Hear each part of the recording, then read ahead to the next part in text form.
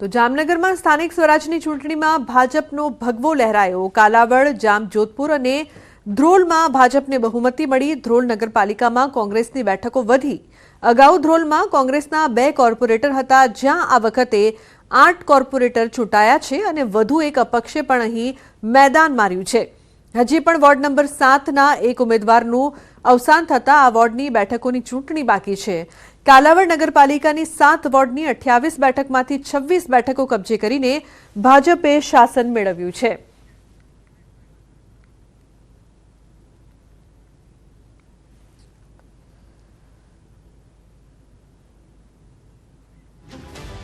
તો જસદણમાં ભાજપના વિજેતા ઉમેદવારની પ્રતિક્રિયા સામે આવી છે। કહ્યું છે કે આ જીત કુંવરજી બાવળિયાની છે। વોર્ડ નંબર 2માં 4 ઉમેદવારોની જંગી બહુમતીથી ભાજપની જીત થઈ છે।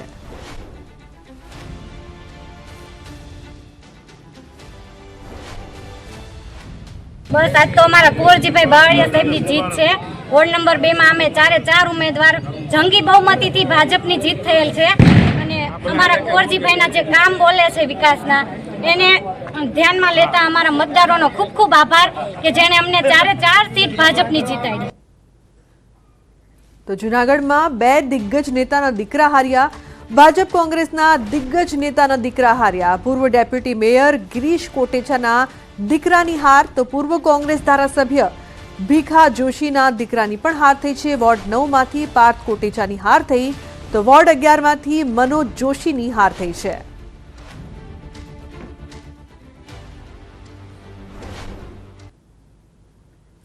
अमरेली में स्थानिक स्वराज्यनी चूंटणीमां भाजपनो भगवो लहरायो। कांग्रेसना सुपड़ा साफ थया। રાજુલા, જાફરાબાદ, લાઠી અને ચલાલા નગરપાલિકામાં ભાજપને એક તરફી જલવો રહ્યો। ચલાલા નગરપાલિકાની તમામ 24 બેઠકો ભાજપે કબજે કરી। રાજુલા નગરપાલિકાની તમામ 24 બેઠકો ભાજપે કબજે કરી। જાફરાબાદ નગરપાલિકામાં પણ કોંગ્રેસનું ખાતું ન ખુલી શક્યું। એકમાત્ર લાઠી પાલિકામાં થોડે ઘણે અંશે ટક્કર જોવા મળી। લાઠી પાલિકાની કુલ 24 બેઠકો પૈકી ભાજપને 18, કોંગ્રેસ 5 અને અપક્ષના ફાળે 1 બેઠક આવી। ભાજપની ભવ્ય જીતને ધારાસભ્ય હીરા સોલંકી, જેવી કાકડિયા તેમજ કૌશિક વેકરિયાએ વિકાસની અને લોકોની જીત ગણાવી છે।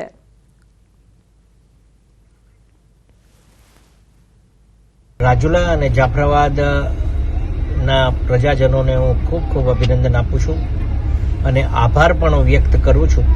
ભારતીય જનતા પાર્ટી પર વિશ્વાસ મૂકી અને નગરપાલિકાને જંગી બહુમતીથી જાફરાબાદ નગરપાલિકા 28 सीट आपे अमने आपी है। जय श्री राम। आभार। अमरेली नगरपालिकाना इलेक्शनों में अमरेली जिला में जे रीते भारतीय जनता पार्टी नो केसरियो लहराणो छे, खास करीने अमरेली जिल्लाना तमाम भारतीय जनता पार्टी कार्यकर्ताओं हृदयथी आभार पण मानु छुं।